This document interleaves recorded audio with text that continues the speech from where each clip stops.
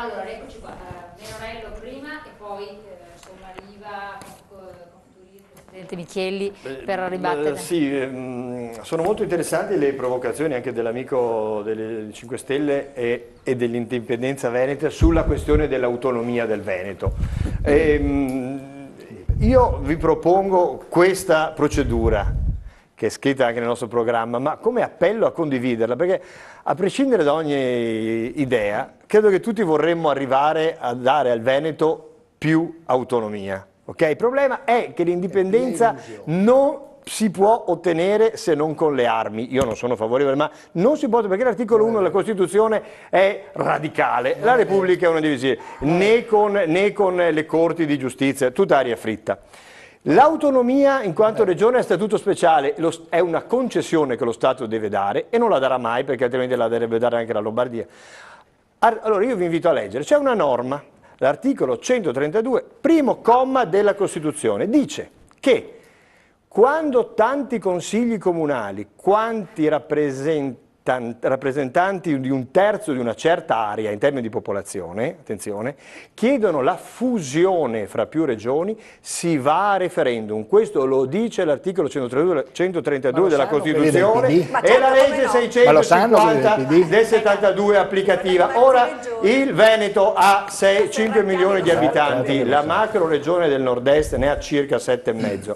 Il Veneto da solo può, con circa metà, tanti consigli comunali quanti fanno metà della sua popolazione, domandare semplicemente la fusione del Triveneto e si va a referendum. Io credo che nessun Veneto voterebbe contro un'unica macro regione del Triveneto, che sommando 2 regioni a statuto speciale con una speciale, per caduta diventiamo tutti a statuto speciali. Ora, proviamo assieme questa strada, dopo ognuno vorrà andare più in là, andate più in là, ma intanto questa è una procedura che non deve essere domandata allo Stato, è già scritta e mi permetto di rivolgermi ai rappresentanti dell'impresa, non è più volano di sviluppo una macro regione di 8 milioni di abitanti che sta nel cuore dell'Europa e può aiutare di più quel ragionamento. Certo lo sapremo, qualcuno non sarà contento, ma in realtà sbaglia perché lo sviluppo passa per queste dimensioni, ma in ogni caso questa è una procedura prevista, è prevista, prima che la cambi Renzi, perché Renzi quando se ne accorgerà la cambierà perché il centralismo, dovrete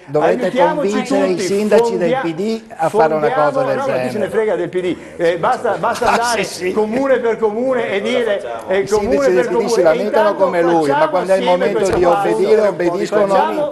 Non è che dicono obbediscono, possiamo farla anche senza il PD, cioè io credo che si vada ai singoli sindaci, abbiamo parlato di sindaci, proviamo almeno la strada di diffondere le 3 regioni, cioè arriviamo a referendum, perché a referendum si arriva. Tu vuoi arrivare a referendum si arriva, perché il 132,1 dice che se tanti consigli comunali quanti un terzo della popolazione complessiva, quindi metà del Veneto, bastano per andare a referendum. Ottenuto il sì alla macro regione, voglio vedere lo Stato se non fa un'unica macro regione speciale e quindi anche noi. Ok? È un obiettivo di minima, sì, ma è perseguibile ed è grande volano di sviluppo. Dobbiamo aiutarci tutti ad uscire dalla retorica, dalla demagogia, da dire sarebbe bello che non è demagogia, amico mio, il problema è che non si può fare non usciamo comunque, va bene, non è assolutamente demagogia, non si può liquidare così il progetto. Parola, perché dobbiamo dare la risposta, perché non c'è stata non c'è una mobilitazione generale a quanto diceva il Movimento 5 Stelle e poi può essere un volano di sviluppo.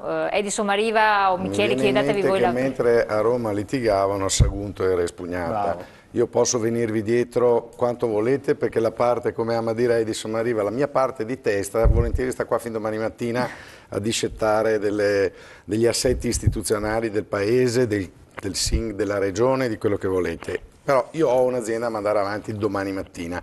Chi ci sta guardando da casa ha o un'azienda da mandare avanti o è dipendente di un'azienda ed è preoccupato per il suo futuro, quindi credo che in questa fase, perché altrimenti rischiamo di commettere in 16° l'errore che viene commesso a Roma, grande successo del governo, abbiamo cambiato la legge elettorale, abbiamo spezzato le reni al Senato. Bene, in tasca a noi cosa è venuto? Zero assoluto. Le leggi che ci interessano, le sburocratizzazioni, sono tutte belle là impilate in Parlamento. Detto questo, volano di sviluppo sicuramente sì, parliamone per carità, però bisogna dare delle risposte come il mio incipit di ormai un'ora e mezza fa. Noi dobbiamo dare dei segnali chiari alla gente. Spending review, mi sono perso all'8º commissario o con altro nome designato, abbiamo una collezione di testi sulla spending review che è strepitosa. Io osservo che nel Veneto abbiamo 580 comuni, lei è un sindaco. Certo. Ecco, allora incominciamo a dire che forse di 580 comuni con 4 milioni e mezzo di abitanti che corrispondono neanche a un isolato di Tokyo, certo. Okay, forse potremmo incominciare a partire dalla mia zona, il portogalese, 11 comuni.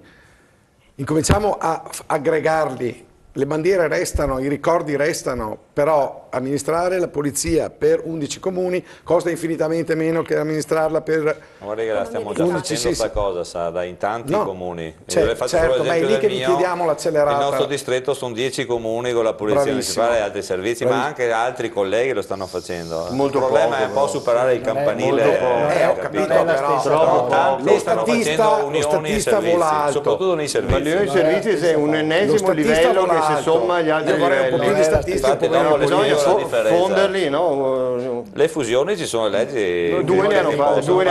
Quando andiamo a referendum Due Carrare e Porto Viro, fine delle fusioni vere. Allora lei mi sta dicendo che noi veneti dobbiamo morire perché siamo stupidi. Mi sta anche bene, eh? Mi sta anche bene. Non le sto dicendo questo, le sto dicendo che dal punto di vista noi veneti, tradizionale, storico, ogni comunità ha le proprie radici, però la sfida secondo me non è fare le unioni come le abbiamo fatte fino adesso, che sono solo carrozzoni di enti, perché poi i comuni hanno messo insieme nelle unioni personali, cioè hanno dato un altro ente fuori invece con le convenzioni che abbiamo, noi siamo stati con le convenzioni, abbiamo messo in convenzione i servizi, cioè il personale, la polizia, le anagrafi, eccetera eccetera, e quello ha avuto più successo, devo dirle, rispetto alle unioni di fatto. O noi superiamo questa logica è la realtà di fatto a oggi. Questa logica medievale per cui un abitante di Cittadella è uno di Bassano, piuttosto che avere un euro più io, se gliene danno 2 in meno a quelli di Bassano volentieri.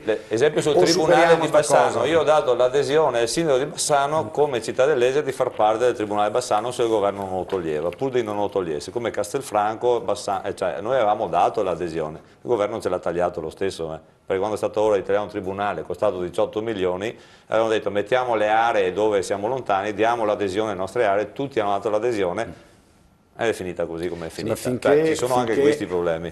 Allora, finché ogni veneto vuole avere l'ospedale sotto casa, il tribunale sotto casa, la delegazione della Camera di Commercio sotto casa, si possono anche fare queste cose, si facevano negli anni 60. Anche una provincia sotto casa. E anche la provincia sotto casa, magari. Una città metropolitana, 580 comuni, 580 città metropolitane. Ma erano aree di interesse uguale. La provincia anche il rapporto agli abitanti.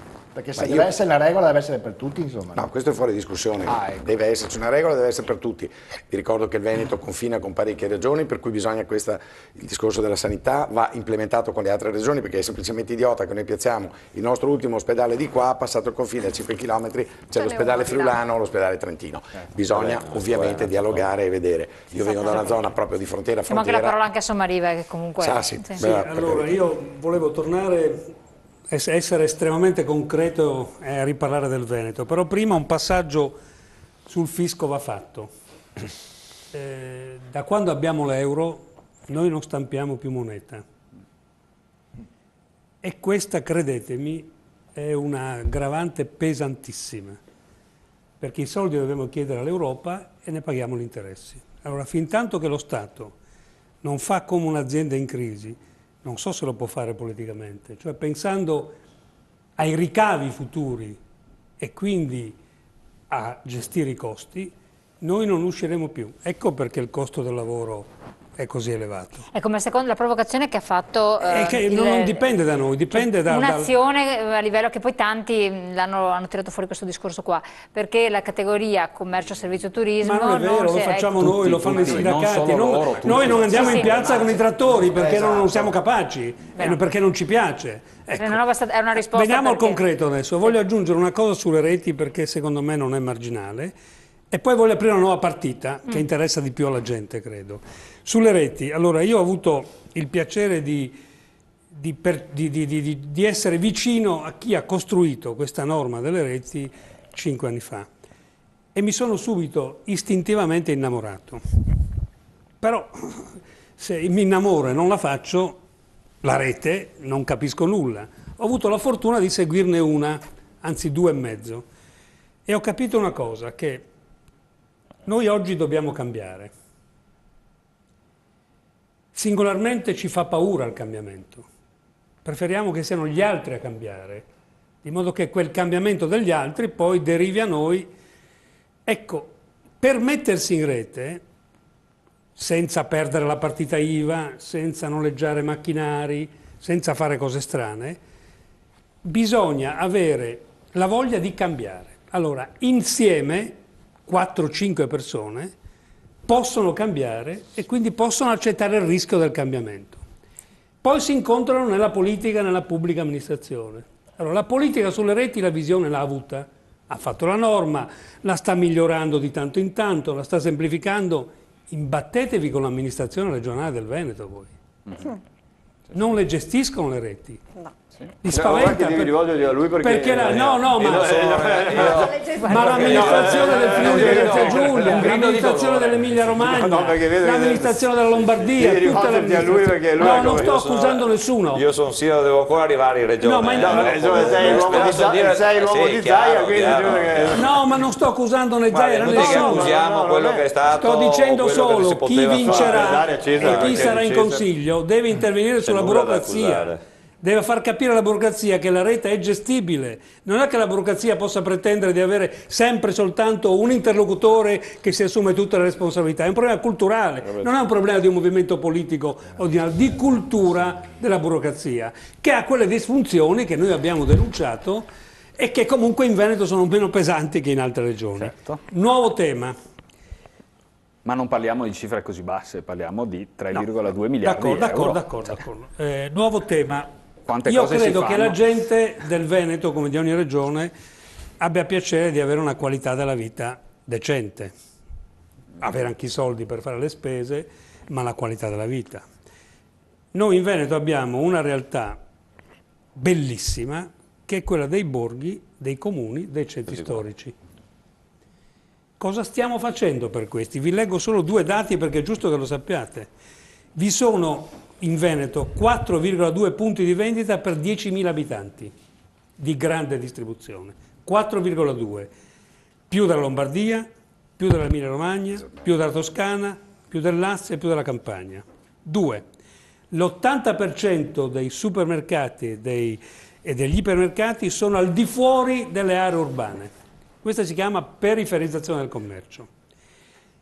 In contrapposizione abbiamo una densità di negozi complessivi tra le più basse d'Italia, anzi la più bassa d'Italia. Vuol dire che questa grande distribuzione ha fatto morire le piccole imprese. Assolutamente che sì. presidiano il territorio. Assolutamente Ecco, sì. allora, su questo che cosa pensate di poter fare una volta in Consiglio? Non sto dicendo in Giunta, perché è chiaro che è una responsabilità della Giunta, perché qui c'è una grossa partita. Ecco, per esempio, pare finito il paese di Bengodi della grande distribuzione. Ci sono dei marchi stranieri che hanno stanno lasciando l'Italia, qualcuno che sta mettendo in mobilità, i piccoli commercianti, le firme che non riescono più a pagare gli affitti nei mall. Quindi questo periodo dell'urbanistica d'assalto della grande distribuzione sembra non essere più il futuro del commercio. Allora io capisco che la politica del passato, veneta, friulana, nordestina, nazionale, abbia seguito questo perché era lo sviluppo, perché a un sindaco dava posti di lavoro. Ma se questo non c'è più, cosa dobbiamo fare dei nostri borghi, dei nostri centri storici? Benissimo. Oggi il consumatore è cambiato, allora su questo mi piacerebbe sentire l'opinione. Sfonda una porta aperta. No, adesso li sentiamo e dopo do anche la parola alla dottoressa perché deve darci ancora una piccola spiegazione tecnica sulle reti di impresa, perché sennò finiamo la trasmissione senza avere spiegato questo. Esatto, e ci dicono ma allora cosa sono? Pubblicità rapidissime e poi facciamo il giro.